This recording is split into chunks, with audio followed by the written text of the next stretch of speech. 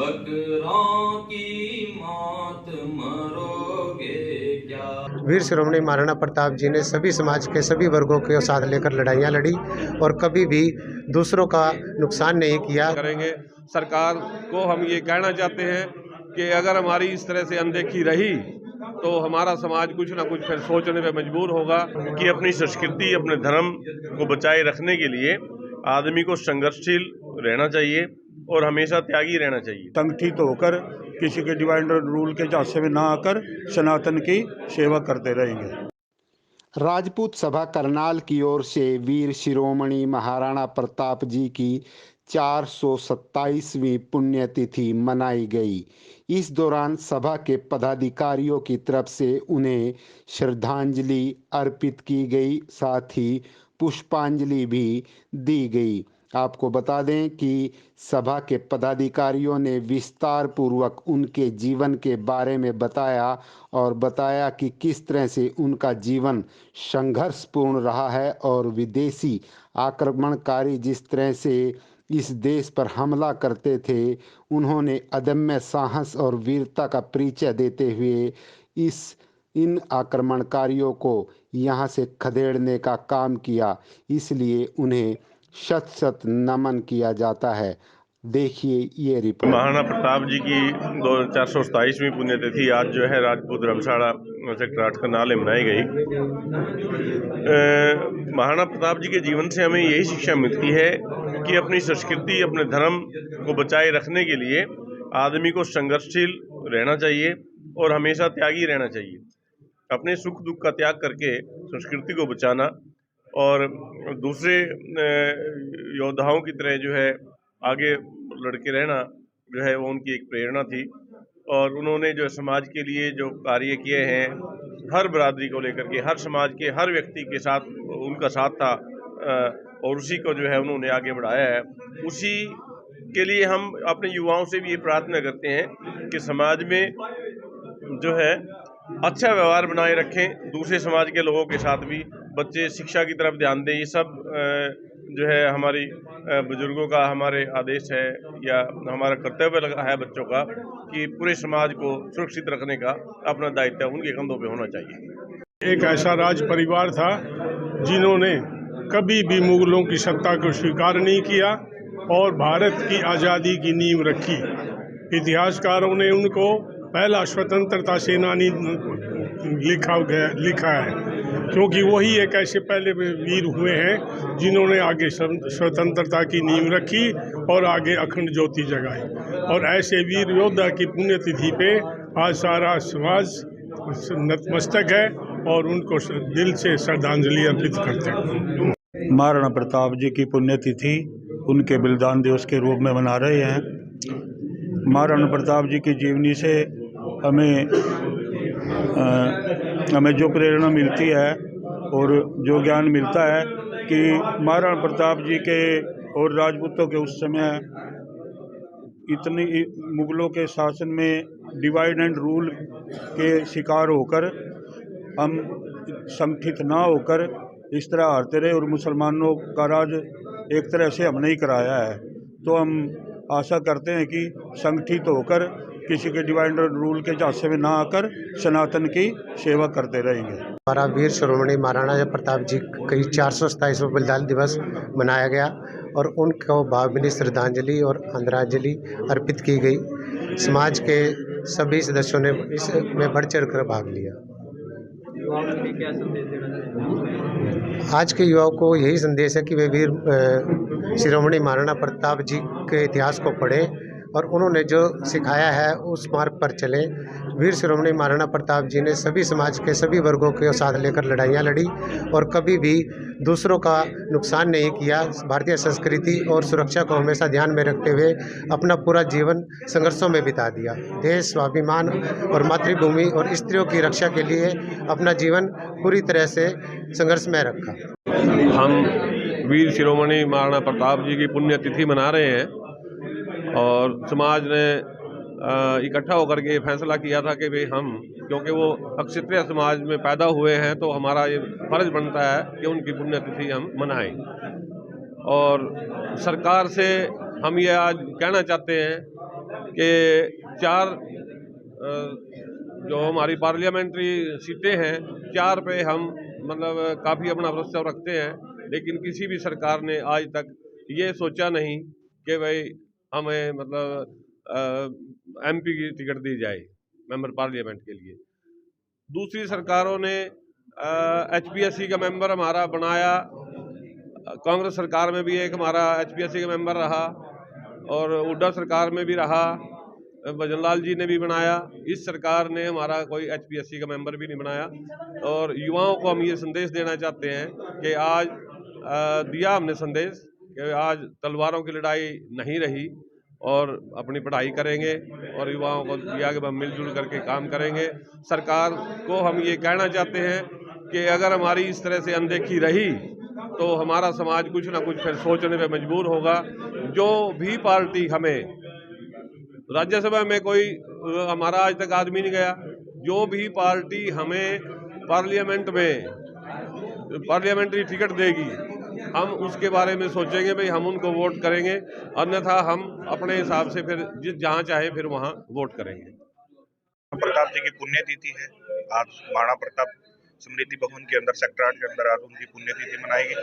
महाराणा प्रताप जी की पुण्यतिथि मनाने का सबसे बड़ा लक्ष्य ये भी है आज के युवाओं को उनके बारे में पता लगे और जो वो शख्सियत थी उनको पुण्यतिथि मनाना सिर्फ ये नहीं है, उनकी शख्सियत को भी अपने मन के अंदर धारण करें। और ऐसी संस्कृति जो उस प्रकार से विपरीत परिस्थितियों में उन्होंने समाज के लिए एक अच्छे कार्य किए, आज इन परिस्थितियों में भी आज का युवा और आज के सामाजिक सभी बंधु समाज के अच्छे कार्य में अपनी आहुति दें।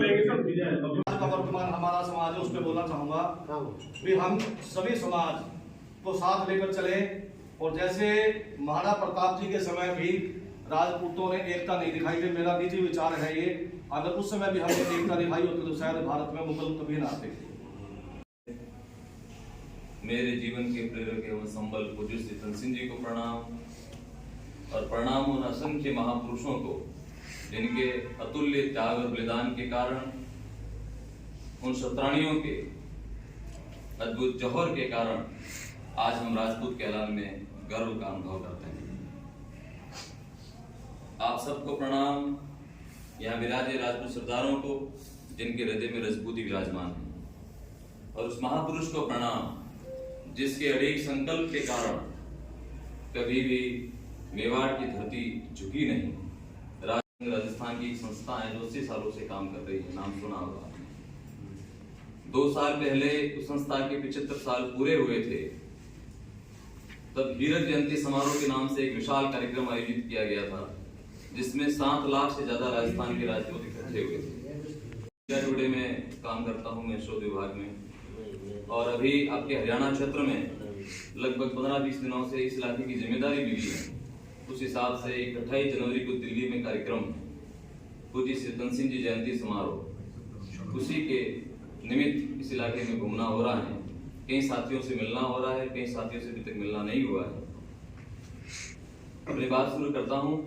सबसे पहले ये बताना चाहता हूँ कि अक्सर हम सब लोग कहते हैं कि हम राजपूत हैं और राजपूत के हम सब लोगों ने जन्म लिया है, लेकिन जिस व्यक्ति की मैं बात कर रहा हूँ वो सदा ये कहता था कि हम सच्चे अर्थों में राजपूत हैं,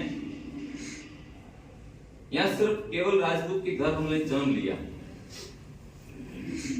जन्म लेना कोई हमारा पुरुषार्थ नहीं है, ये भगवान के कृपा है और हमारे तो पूर्व जन्म के कर्म ऐसे रहे होंगे जिसके कारण से ऐसे गौरवशाली कुल के अंदर हमें जन्म मिला। लेकिन ये प्रश्न अपने आप से हमें खुद से आज पूछना होगा कि हम किस आधार पे राजपूत हैं, किस आधार पे राजपूत हैं। भगवान श्री कृष्ण गीता में कहते हैं, क्षत्रिय के 7 गुण बताते हैं। शौर्यम तेजो धृतिर्दाक्ष्यम युद्धे चाप्य पलायनम दानमेश्वर भाव चात्रम कर्म स्वभावजम। ये 7 गुण बताते हैं कि ये 7 गुण हमारे में हैं। अगर नहीं है तो किस बात के हम राजपूत हैं। दूसरी एक और बात आती है, भगवान बार बार अवतार नहीं लेते, लेकिन पृथ्वी पर व्यवस्था बनाने के लिए हमेशा एक प्रतिनिधि के रूप में, भगवान के प्रतिनिधि के रूप में राजपूत यानी क्षत्रिय सदैव उपस्थित रहा है। उसका काम क्या रहा है? उसका काम यह है, परित्राणाय साधुनां विनाशाय दुष्कृतां धर्म संस्थापनाय संभवामि युगे युगे। ये भगवान का आह्वान है, आश्वासन भी है। तो उस उनके आश्वासन को मूर्त रूप देने का युगों युगों से किसने काम किया? क्षत्रिय ने काम किया। सज्जनों की रक्षा करना, दुष्टों का नाश करना। मैं किसी राजपूत, बुरा राजपूत है, उसकी रक्षा इस कारण से करूं क्योंकि वो राजपूत हैं, जातिवादी वाली बात होगी। और जो जातिवादी है वो राजपूत नहीं हो सकता, जो राजपूत है वो जातिवादी नहीं हो सकता। हमारे बाप दादाओं ने सारी दुनिया को साथ में लेके चले हैं, और यही हमारी जो उत्कृष्ट कोटि की जो परंपरा रही है, हमारा जो उत्कृष्ट कोटि का गुण रहा है कि हमने कभी भेदभाव नहीं किया किसी के साथ में। तभी तो सारे संसार का शासन किया, 100 से अधिक देशों में शासन किया। जहां जहां हिंदू संस्कृति के अंग मिलते हैं, अवशेष मिलते हैं, वहां पर हम लोग हैं। हम लोग क्या शिवाजी के गुणों को अंगीकार करने की कोशिश की? हमने मूर्तियां जरूर लगाई, लेकिन कभी ये जाना कि किसी भी महापुरुष के प्रति सच्ची श्रद्धांजलि तब होती है जब उनके गुणों को हम धारण करते हैं। किसी भी समाज की जब तक उपयोगिता होती है, मांग होती है समाज में, तब तक वो समाज शासन करता है, यहाँ उसका सम्मान मर्यादा बनी रहती है। महाराजा मनुष्य लगाकर ठेठ व्यवस्था मनुष्य लगाकर 1947 तक हमारे बाप दादाओं ने शासन किया, लाखों साल तक। क्यों किया? क्योंकि हमारे अंदर वो योग्यता थी, हम उपयोगी थे समाज के लिए। कैसे उपयोगी थे? जोधपुर के पास में एक गांव है, वहां के सातन देव जी एक महापुरुष हुए हैं, वहां के गांव के ठाकुर साहब थे। औरंगजेब की सेना आती है और उसका एक सेनापति घोड़ा, प्लॉटों पे कभी हमने ध्यान नहीं दिया। आज प्लॉट कब्जा कर लिए गए हैं, और अब कब्जा करने के बाद छुड़ाना कितना आसान मुश्किल काम होता है, आप सब लोग जानते हैं। आज कितनी मुश्किल समस्या हो रही है, कितने महापुरुष दूसरी जातियों के बताए जा रहे हैं, हम कुछ नहीं कर पा रहे। हमने ही उनको बुला दिया, वो रवाना होते हैं कि किसी ने एक पशुपालक ने कहा, जिरमिर जिरमिर में हो बरसे कुल में है तो जान सुजाना फौज देवरे आई। महाराणा प्रताप भी थे संघर्ष करने वाले इस समय। रामचंद्र सेन ने 35 साल तक अकबर से संघर्ष किया, कितने लोग जानते हैं। राज सुल्तान देवड़ा चौहान ने 30 साल तक संघर्ष किया, 2 युद्धों में अकबर को हराया, कितने लोग जानते हैं। कल्ला राय मलोत ने हराया, कितने लोग जानते हैं। ये गलतफहमी हमारी थी, हम उदासीनता हमारी थी, महापुरुषों को भूल चुके हैं। तो वही है कि एक जो घी का डिब्बा 7-8 हजार रुपए का होता है, जिसमें 15 किलो घी भरा हुआ होता है, उसका मूल्य 7-8 हजार रुपए होता है। और जो खाली डिब्बा होता है उसका मूल्य क्या है? 50 रुपए 40 रुपए बाजार में बिकता है। तो राजपूत वही है, चीज भरा हुआ है, राजपूती से भरा हुआ है। जिसमें राजपूती नहीं हो, किसी प्रकार का राजपूत नहीं कहा जा सकता। हाँ, नाम मात्र के हो सकते हैं, और आज हम नाम मात्र के ही हैं। तभी मन में पीड़ा होती है। कई बार हम 15 दिन से घूम रहे हैं, साहब हरियाणा के अंदर एक भी हमारा कैबिनेट मंत्री नहीं है, 25 साल हो गए। यहाँ 7% राजपूत ऐसा लोगों ने बताया, राजस्थान में 10% है। हमेशा कहते हैं उपेक्षा होती है, उपेक्षा होती है। धन सिंह जी कहा करते थे कि साम्राज्य सदैव हमारे पुरखों ने कभी भी गड़गड़ाने से नहीं बनाए, वो गाल के कपाल पे चोट करने से साम्राज्य बनते हैं, और हमने आज क्या गड़गड़ाना शुरू कर दिया। बहुत प्रत्यारोप लगेंगे, लेकिन जो दुर्गादास राठौड़ 30 साल तक संघर्ष करके अजीत सिंह को मारवाड़ के दरबार की गद्दी पर बैठाता है, और वही सामंतों की कानाफूसी के कारण और भिड़ाने के कारण से उसी दुर्गादास राठौड़ के 30 साल के त्याग को अनदेखा करते हुए एक झटके के अंदर काला घोड़ा, हार, काले कपड़े पहनाकर विदा कर देता है। उस व्यक्ति ने उफ तक नहीं। तो समाज में काम करने वाले व्यक्ति को दुर्गादास राठौड़ बनना पड़ता है। एक आदर्श चरित्र वाले भविष्य की हमारी जो समस्याएं हैं, उनकी तैयारी क्या हमारे पास में? हम सत्ता भी हासिल कर लेंगे, हम कुछ मंत्री भी बन जाएंगे, तो क्या हमारे कौम का अस्तित्व बच जाएगा? सबसे विकट काल है आज के जमाने में। इसलिए वो संगठन की स्थापना की। आज राजस्थान के अंदर क्या हुआ? राजस्थान, गुजरात और मध्य प्रदेश के माध्यम से जयपुर में जो रैली हुई, संघ के 75 साल पूरे हुए, ये संघ की कमाई थी कि 7 लाख लोग इकट्ठा हुए। हमारी तैयारी सिर्फ 3.5 लाख लोगों की थी। हमें पता नहीं कहां से लोग आए, क्योंकि तनसेन जी ने जो मार्ग बताया वो गीता का मार्ग था, गीता पर आधारित प्रणाली थी कि तुझे सिर्फ कर्म करना। और क्या बताया? जिस परंपरा को हम भूल चुके, वो परंपरा क्या? हमारी कुलदेवी को हम कितना याद करते हैं, एक दीपक भरने के अलावा हम क्या कर लेते हैं? जो सर कटने के बाद धड़ लड़ने की अद्भुत परंपरा सिर्फ हमारे कौम में थी, वो क्यों थी? वो इसलिए थी क्योंकि हमारे इष्ट बल हमारा मजबूत था। आज हम इस बल को मजबूत करने के लिए क्या कर रहे हैं? कुछ भी तो नहीं। माँ जगदम्बा ने हमारा साथ छोड़ दिया। क्यों छोड़ी? क्योंकि हमने उसको आराधना करना ही छोड़ दिया उसकी। वो संघ ने बताया। आज संघ के हजारों युवा सुबह सुबह बैठ के आधा पौन घंटा तक माँ जगदम्बा का ध्यान करते हैं, इनकी पूजा करते हैं, तो कम से कम वो बल उन्हें काम करवाएगा। उसका एक और है, एक ऐसा प्रयोग अपने समाज के अंदर कि 16 ट्रेनों में 32,000 जो लोग आ रहे हैं, वे सारे के सारे लोग स्पॉन्सर्ड नहीं है, प्रायोजित नहीं है, किसी ने पैसे देके उनको भेजा हो। हर व्यक्ति 2500 रुपए की टिकट खुद कटवा रहा है। हम जब बसें भर के लोगों को लेके जाते हैं रैलियों में, वहां पर संघ की कमाई है ये कि आज गांव-गांव के अंदर ये माहौल ऐसा है कि वहां से 25,000 लोगों ने अपना 2500 का टिकट कटाया और वो दिल्ली आ गए।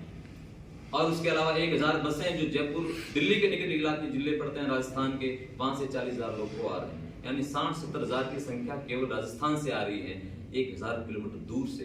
ये हरियाणा वालों की ज्यादा जिम्मेदारी बनती है कि आप लोग दिल्ली 200-250 किलोमीटर के आप दायरे में हैं, आप अधिक से अधिक मात्रा में पधारें। ऐसा हमारा निवेदन है। अब आप कितना कैसे करते हैं आपको तय करना, हमारा काम तो केवल आपको निमंत्रण देना मात्र था, दे दिया, लेकिन आप करेंगे तो बहुत ही भव्य कार्यक्रम होगा। और निश्चित रूप से आप इसमें सहयोग करेंगे तो किसी भी रैली का, किसी भी कार्यक्रम का एक मौन संदेश जाता है। ज्वाला धुकेगी पानी में डूब मरोगे क्या। अगर आपकी इच्छा हो तो मैं इसको गाना चाहूंगा, पंक्ति में गाऊंगा, आप पीछे गाइएगा। लेकिन एक बात जरूर कहूंगा कि इस गीत के साथ साथ अब भी क्षत्रिय तुम उठते नहीं, फिर आखिर उठ के करोगे क्या।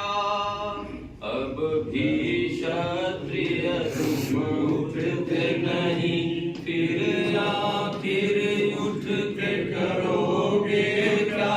वीरों का जीना जीते नहीं, बकरों की मौत मरोगे क्या। वीरों का जीना जीते नहीं, बकरों की मौत मरोगे क्या। जोहर की ज्वाला धधकेगी, पानी में डूब मरोगे क्या। सबसे बड़ी बात तो ये है कि प्रतिकूल परिस्थितियों में भी हमें अपना संघर्ष कभी नहीं त्यागना चाहिए। परिस्थितियाँ कैसी भी आए, आपको कितने भी संकटों का सामना करना पड़े, आपका जो देह है, आप जिस रास्ते पर चले हैं उस रास्ते को हमें कभी भी नहीं छोड़ना चाहिए। दूसरा कि जो रास्ता उन्होंने हमें दिखाया है, मुझसे पहले वक्ताओं ने बताया कि कुछ राजपूत उस समय भी ऐसे थे जो मुगलों के साथ मिले हुए। तो हमें हर जाति के लोग जो हमारे साथ हमारे संघर्ष में शामिल होना चाहते हैं, ये बिल्कुल नहीं घबराना चाहिए। और दूसरा, सभी समाज के सभी व्यक्तियों को साथ लेकर अपनी लड़ाई लड़नी चाहिए। हमारा सौभाग्य है कि आज क्षत्रिय युवक संघ से वीर बहादुर जी हमारे बीच में आए। उन्होंने हमें 28 तारीख को पूजनीय धन सिंह जी की जयंती में शामिल होने का न्योता दिया। तो मैं आप सब की तरफ से उनको विश्वास दिलाता हूं कि हम सब वहां पहुंचेंगे भारी संख्या में।